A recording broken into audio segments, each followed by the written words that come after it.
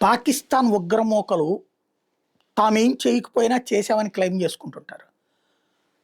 అలాగే తాము చచ్చిపోతే ఎవరికి చెప్పుకోవాలో అర్థం కాక వేరే కథలు అల్లుతూ ఉంటారు. ఇప్పుడు ఢిల్లీలో జరిగినటువంటి బ్లాస్ట్ నేపథ్యంలో దానికి ముందు జరిగింది ఏంటది, దేశవ్యాప్తంగా ఒక డాక్టర్స్ మాడ్యూల్ ఒక అరాచకం చేయడానికి ప్రయత్నిస్తే వాళ్ళందరినీ పట్టుకున్నారు. ఆ పట్టుకునే క్రమంలో పారిపోయిన డాక్టర్ ఉమర్ అనేటటువంటి వాడు ఒక కారు తీసుకుని వచ్చి ఢిల్లీలో పేల్చేసుకున్నటువంటి సంఘటన చూసాం. అయితే ఇంతకంటే సీరియస్ పరిణామాలు ఎదురవుతాయి అన్నటువంటి దాన్ని ఇప్పటిదాకా చెప్పుకుంటూ వచ్చారు. ఇప్పుడు ఈలోపు ఆ దొరికినటువంటి పేలుడు పదార్థాలు కాశ్మీర్లో ఉన్నటువంటి ఏదైతే నౌగాం పోలీస్ స్టేషన్లో చెక్ చేస్తూ ఉండగా అక్కడ పేలి చనిపోయారు.